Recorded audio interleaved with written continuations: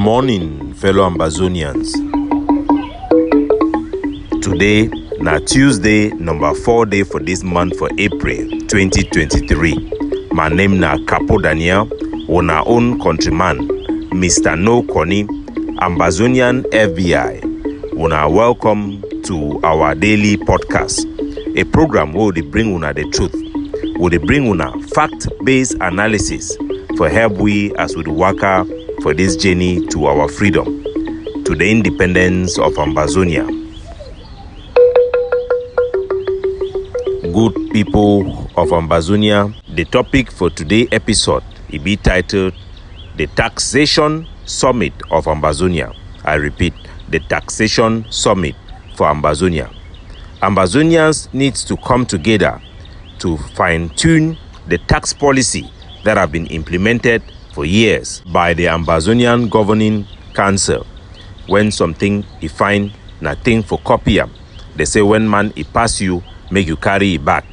The Ambazonian Governing Council tax policies, the liberation tax and support tax to our civilians are something to be emulated by all Ambazonian factions and all Ambazonian groups on ground zero. But first, make we go for inside Ngokentujia, where La République, their collaborator, their enabler, Mr. Musa Njingum, he done visit Ngokentujia for inside armored car, for come meet up the people them, for try for undermine and for fight the pillars of our liberation struggle.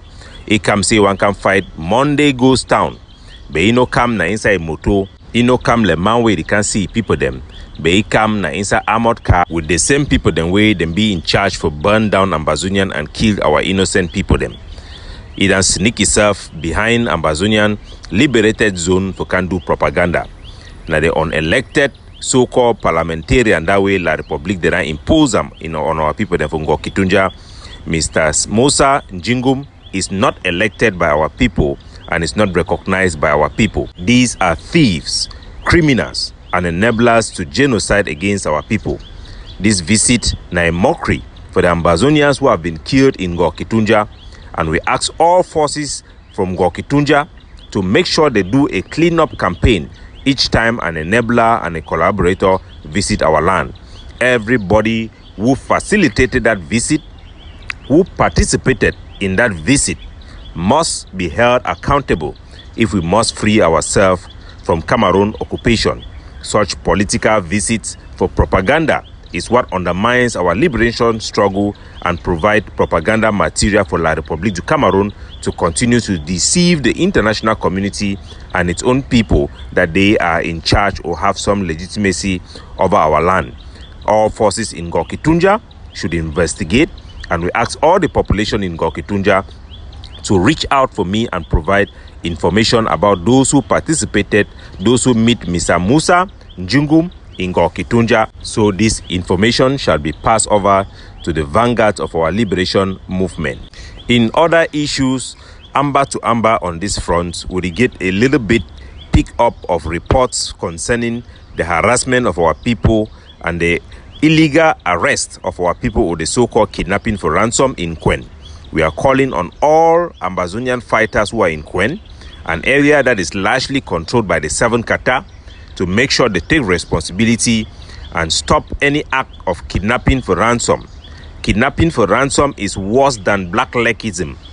Any Ambazonian fighter who kidnaps for ransom is worse than La République du Cameroon, and this should be treated as a matter of urgency. We will continue to work with our population to fight kidnapping for ransom and work with our heroes and our forces there, including General Ahaji and all the generals of Seven Kata who are doing their best under very tough circumstances. We'll continue to work with them to make sure that there are no bad seeds or bad apple amongst them that are taking advantage of the chaos of war. We have also informed our people about a group of Tongtu people, La République du Cameroon civilians who come from Babaju, who speaks pidgin very well, and they run garage around the Nkwen area, around New Road, that have been involved in kidnapping for ransom. These boys have been randomly picking up younger children from the cases that we have had and claim to be Ambazonian fighters, receiving ransom from them and humiliating, destroying the name of Ambazonia. We will continue to fight this thing privately, and when we think it's necessary to bring it to the public, we'll bring it for the purpose of assisting our boys so that we can together protect the integrity of our liberation struggle. Our people have suffered enough under Cameroon occupation. They are being kidnapped by the Cameroon military every day on bogus claim. The least we can do is to stand for them. And with other issues from the Atlantic state, our people, then waiting there from the Okoroko land, from Balue. There is a problem in Balue, and it's a problem I have been working on for a long time. There is a village in the Oroko land called Balue. I think it's the biggest village in that Oroko land. The chief in that village died over a year ago, and the villagers have been unable to gather themselves to elect a chief. This is one of those villages in the Atlantic state where chiefs are not von, or how the Germans call it. That means a hereditary position where when a chief dies, the next in line is the bloodline of the chief. In this village is one of those villages that chiefs are elected. They are not enthroned because they have royal blood.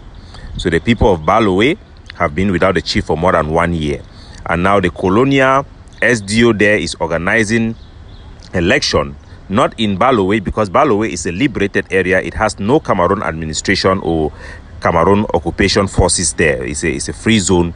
I've been working very hard with former general transporter of SOCADEF and the ADF overall commander who is in Meme to intervene in this situation and help the people there. But it has been very difficult. The last time general transporter we sent a soldier there, the commander who is in that area, he's calling himself also Restoration Forces, but we doubt if he have any connection with the IGs in the diaspora. They killed the SOCADEF soldier who went to that village. The commander of this village is called Black Rapun. Yeah, if I'm not mistaken, pardon me, his name is called Black Rapun or Black Paper. He has been a pain in the ass of our people in that village. He has lost focus in his mission. He has turned he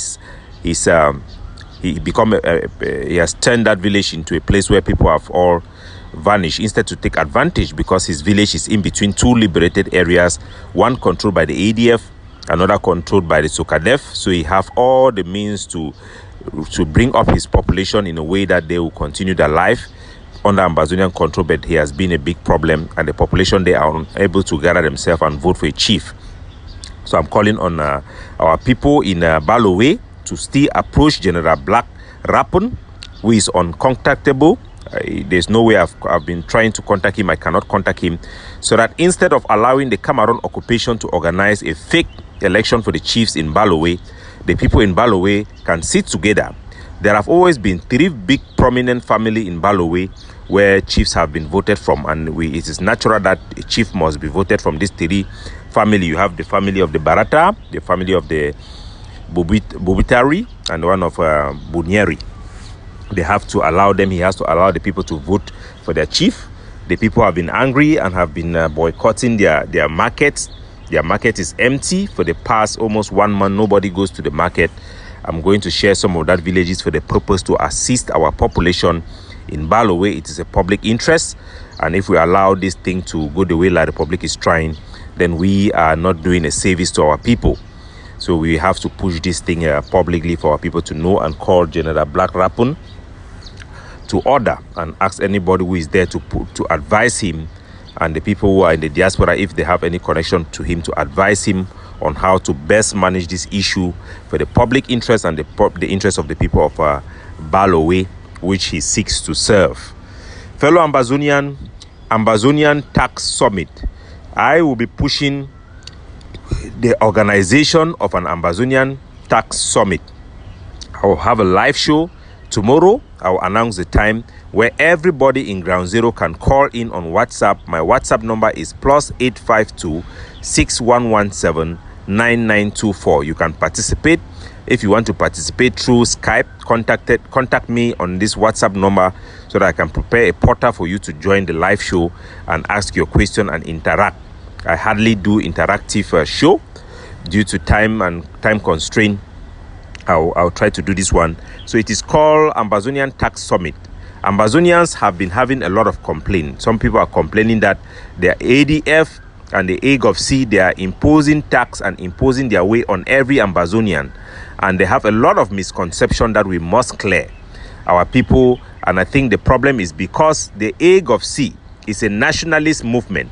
That means it is a group that is not a village-based group. It is not a group that was formed on the foundation of tribalism or a tribe or a lineage of a particular tribe.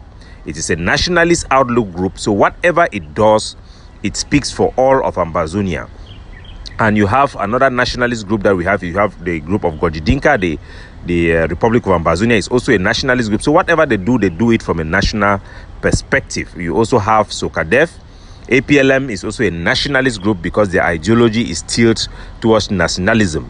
But the IG ideology of county by county makes it not to be seen as a nationalist group, but a group that is based, or its projections are based towards tribalism. That is the difference. So every time the ADF do something, and every time the Hague of C make announcement or make their policy, people may think that they are imposing it on them, because there are some areas that are not controlled by the ADF or the Hague of C. It is a wrong conception. This is the truth of the matter. When the ADF or the Hague of C announce their policy, it is for all of Ambazonia. But in practical, it is implied only on areas that the ADF are controlling. And then their sister forces who are independent or are without proper political leadership will naturally align themselves and follow this process on their own. So if you are in an area where the ADF is not in control or the Hague of C is not in direct control, you don't have to think that they are imposing on you. If you feel that they are imposing on you because they are too strong or they are too influential, and then you think that their policy will come to your area, then you might have a point. But the right thing to do is not to blackmail them or destroy something that is meant for the public good. This liberation tax have solved a lot of problem in ground zero. As a matter of fact, all Ambazonian forces were already collecting money from people.